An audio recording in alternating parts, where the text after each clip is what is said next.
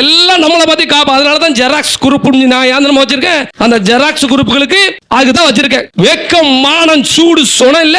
அடுத்த சாதியோட பேர சமுதாயத்துல பேர திருடுறமே நம்மள என்ன நினைப்பாங்கிறது கொஞ்சம் கூட இல்லாம இத பண்றானுங்க. புரியுதுல? அதனால சொல்றேன் அவனுக்கு இப்ப எங்க இணக்கமா போயிரும். இணக்கமா வா போவோம், இணக்கமா போவோம். தென் மாவட்டத்தில் உள்ள அத்தனை வழக்கு நீ வாபஸ் வாங்கி நானும் வாபஸ் வாங்குறேன், எல்லாம் சரி ஓகே அப்படின்றான். ரைட்டுன்னா நம்ம இனிமேல் என்ன நீங்க என்கிட்ட பேசுறேன்னு சொல்றான். என்கிட்ட தொடர்பு கொண்டு பேசின ஒரு நபர் சொல்றாரு, அண்ணே என்னன்னா நீங்க மட்டும்தான் தென் மாவட்டத்துல இந்த மணிக்கு இந்த ரெண்டு சமூகத்துக்குள்ள எனக்கு இல்லாம நீங்க பேசிக்கிட்டு இருக்கீங்க. நம்மளாம் இணக்கமாயிரும்னே, இணக்கமாயிட்டா நிறைய எம்எல்ஏக்களை உருவாக்கலாமே, எம்பிக்களை உருவாக்கலாமே அப்படின்னா. தம்பி எனக்கு ரொம்ப ஆசை. அதை பத்தி நான் எந்த இடத்துலயும் உங்க சாதி எதுவும் தப்பா பேசிருக்கேனப்பா இல்லனே. என்னைக்காவது இழிவா நான் வந்து பேசி நீ பாத்திருக்கியா இல்லையனே. அப்ப எந்த அடிப்படையில் சொல்லுதப்பா இல்லனே. நீங்க பேசுறதே எங்களுக்கு பிடிக்க மாட்டேங்குனே, அது என்னன்னே தெரியல. நீங்க பேசுனா எங்களுக்கு பிடிக்க மாட்டேங்குது, கோவம் வருது உங்க மேல அப்படின்ட்டு. சரி இணக்கமா போறதுக்கு என்னதான் வழி அப்படின்னு நானும் சொல்லிட்டேன். சரி இணக்கமா போயிரும்பா அப்படின்னு அவன் சொல்றான். மாத்தி சரி ஒரே ஒரு கண்டிஷன் அப்படி என்னப்பா, இந்த பாண்டியர் மட்டும் எங்களுக்கு விட்டு கொடுத்துருங்கண்ணே, நல்லா இருப்பீனே பிளீஸ்ண்ணே. எப்படி அதை மட்டும் விட்டு கொடுத்துருங்கண்ணே,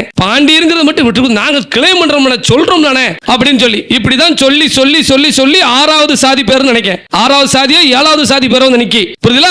அதனால அதை விட்டு கொடுக்க முடியாதுங்கிறதுல உசுரே போனாலும் சரி பாண்டியங்கிற பட்டத்தை தொட எவனாலையும் முடியாது. புரியுதா? நீ ஏற்கனவே நீ வரைஞ்சுக்கிட்டே தான் இருப்ப, நீ எழுதிக்கிட்டே இருக்க வேண்டியதான். நீ ஆதாரப்பூர்வமாக இந்த உலகம் சொல்லும், இந்த உலகத்தில் உள்ள அத்தனை மியூசியத்தில் உள்ள அத்தனை அரசுத்தில் உள்ள ஆவணம் சொல்லும் பாண்டியம்னா அது தேவந்தான் அப்படின்னு சொல்லி. புரியுதா? அதனால எவன் வந்து சொன்னாலும் கிடையாது. பாராளுமன்றத்தில் பேசினாங்களாம். நான் என்ன கேட்கும்னா, ஏப்பா ஒரு 50,000 ரூபாய் கொடுத்து சட்டசபையில கூட சொல்ல வைக்கலாம்.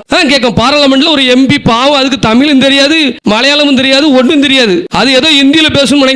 எங்கேயோ ஒரு லேடி ஒரு எம்பிட்ட போய் பணத்தை கொடுத்து வந்து பேச வச்சதே ஆதாரம் பாருங்க.